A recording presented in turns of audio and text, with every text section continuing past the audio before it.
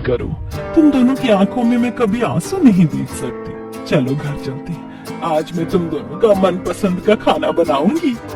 कुंती बिना कुछ कहे अपनी दोनों बेटियों को माफ कर देती है। जिया और प्रिया अपने गांव के सेठ और जमींदार को उनके सारे के सारे पैसे ब्याज के साथ लौटा देती हैं, जिसके बाद अब वो दोनों अपनी माँ का बहुत ख्याल रखती हैं। सच में माँ जैसा इस दुनिया में कोई नहीं। अरे शांति बहन, आज कैसे आना हुआ यहाँ? बहुत समय मिल गया तो सोचा तुमसे मिलूं और सोनी के हाथ की चाय पीऊं। काफी समय हो गया उसके हाथ की चाय पिए हुए। मैं अभी सोनी को बोलती हूँ। थोड़ी देर में सोनी सबके लिए चाय बनाकर ले आती है। वहीं सोनी के साथ साथ सोनी की भाभी आंचल भी आती है। वाह भाई वाह, मजा आ गया। सोनी के हाथ की गर्मा गर्म अदरक की चाय पी कर। आंचल बहू, मैं तो कह रही हूँ तू भी सोनी से चाय बनाना सीख ले। भाई हमारी सोनी में किसी भी चीज की कोई कमी नहीं है और इसके सुंदर और लंबे काने काले बाल हैं जो इसकी कमर तक आ जाते हैं। इसके रिश्ते की बात करी है या नहीं करी? अब बस बात चल ही रही है। पंडित जी को बोला है मैंने, कुछ दिनों में रिश्ते वाले आने वाले हैं सोनी को देखने के लिए। लेकिन डर लगता है कि कहीं इसके पौधेपन को लेकर रिश्ते के लिए मना ना कर दे। क्यों मना करेंगे? हमारी सोनी क्या किसी चीज में कम है? लाखों में है हमारी सोनी। शांति की बात सुनकर जहाँ सब लोग खुश होते हैं, वहीं सोनी की भाभी आंचल सोनी की इतनी तारीफ देख बहुत ज्यादा जलती है। दरअसल सोनी बौनी होती है, लेकिन सोनी के बाल उसके कमर से भी ज्यादा लंबे होते हैं। वहीं आंचल लंबाई में तो अच्छी होती है, लेकिन अपने छोटे बालों की वजह से आंचल हमेशा परेशान रहती है। और सोनी के लंबे बालों को देखकर जलती सोनी ने अपने घर पर एक तोता पाल रखा था, जिसका नाम उसने मिट्ठू रखा था। वो अपने तोते मिट्ठू से बहुत ज्यादा प्यार करती थी। मेरे प्यारे मिट्ठू, मुझे माफ करना, आज तुम्हें दाना देने में थोड़ी देरी हो गई। ये लो तुम्हारा खाना, जल्दी से खा लो। एक तुम ही तो हो मेरे दोस्त, जिससे मैं अपने दिल की सारी बातें कर सकती हूँ। अगर तुम ना होते तो ना जाने मैं किससे बातें करती। तुम्हारे अलावा मेरा और कोई दोस्त नहीं है। सोनी अपने तोते मिट्ठू से अक्सर बात किया करती थी, जिससे उसे बहुत खुशी मिलती है। ऐसे ही समय गुजरता है और एक दिन, अरे आप सब लोग तैयार नहीं हुए, हमें जागरण में जाना है। बस हम सब तैयार ही हैं, सोनी और आंचल भी नीचे आते ही होंगे। कविता इतना बोल ही रही होती है कि तभी आंचल और सोनी नीचे आ जाते हैं।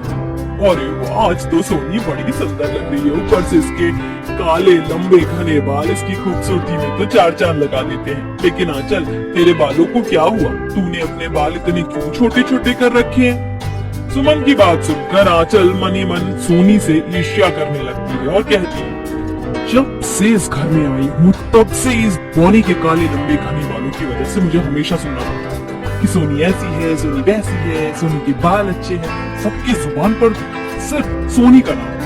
ये सारे जड़ की फसाद है, इसके लंबे काले घने बाल। अब इसके बालों को ही खत्म करना होगा, तभी जाकर मुझे शांति मिलेगी।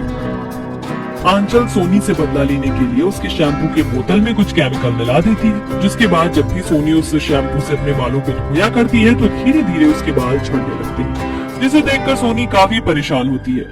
माँ देखो ना, मेरे बाल कैसे झड़ रहे हैं। इससे पहले तो मेरे बाल कभी भी इतने नहीं झड़े।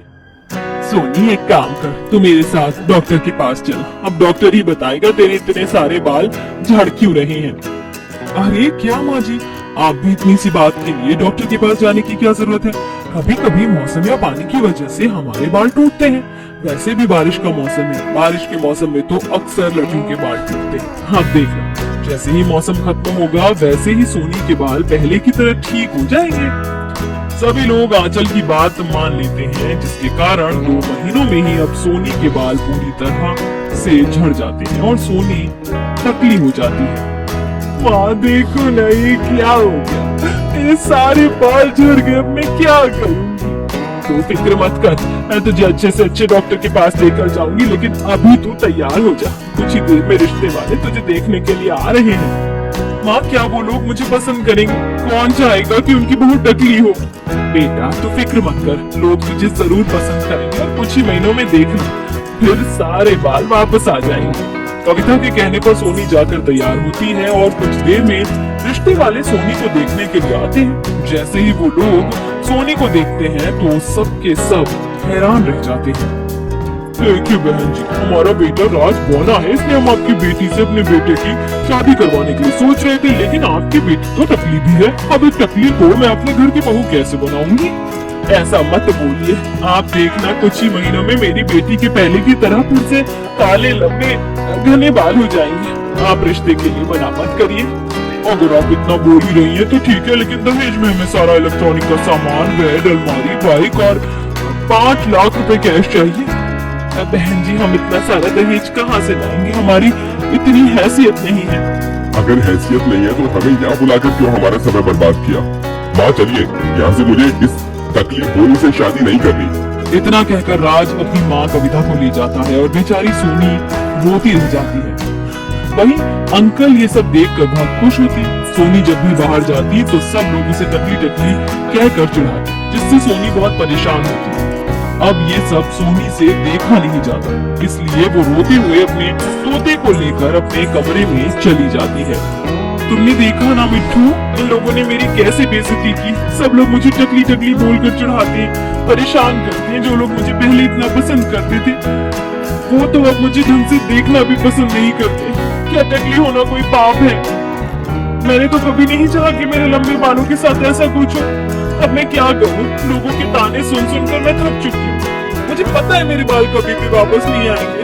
मैं ये सब और बर्दाश्त नहीं कर सकती। इससे अच्छा तो मैं अपनी जान दे दूं। सोनी इतना बोल ही रही होती कि तभी पिंजरे में बंद तोता बोलता है, क्या हुआ सोनी?